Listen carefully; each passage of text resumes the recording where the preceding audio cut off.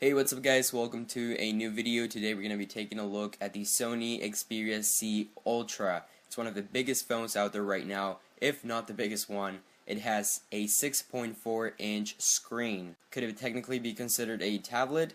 Probably not. It's still considered a phone, but it's almost passing that tablet form factor of 7 inches. So in this video I'm just going to give you guys my first impressions, tell you what I think about the phone, if it's too big, if it's too small even.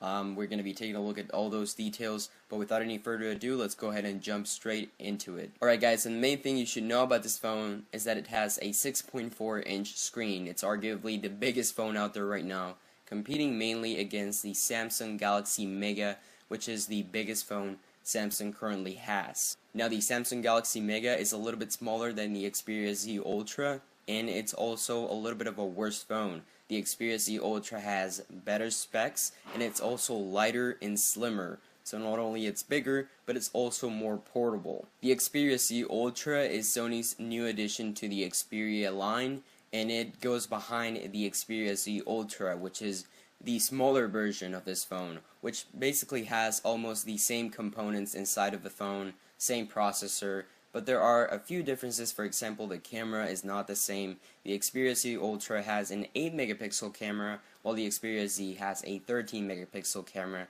which could be a letdown for people who are planning to buy this phone and are looking for good quality on the camera. However, when you think about it, this phone isn't really made to take pictures. I mean, it's a huge phone. To me, it's more like a media device to watch movies, play games, do all that you could do on your phone on a bigger scale and a much comfortable experience. But pretty much the processor and the major components are exactly the same. It has a Qualcomm Snapdragon 800 quad-core processor, so it's going to be a really fast phone. Now, taking calls on these phones can be a really big hassle, and Sony actually answered the question of how am I going to answer my phone calls on this huge display by adding a small little accessory that comes when you buy the phone that you put on your ear, sort of like a Bluetooth headset, and you can answer calls by using that little device. So now that I gave you a little bit more information about the phone, I'm gonna really give you my first impressions and tell you what I really think about it. Is it a good idea? Is it too big? Should it be considered a tablet?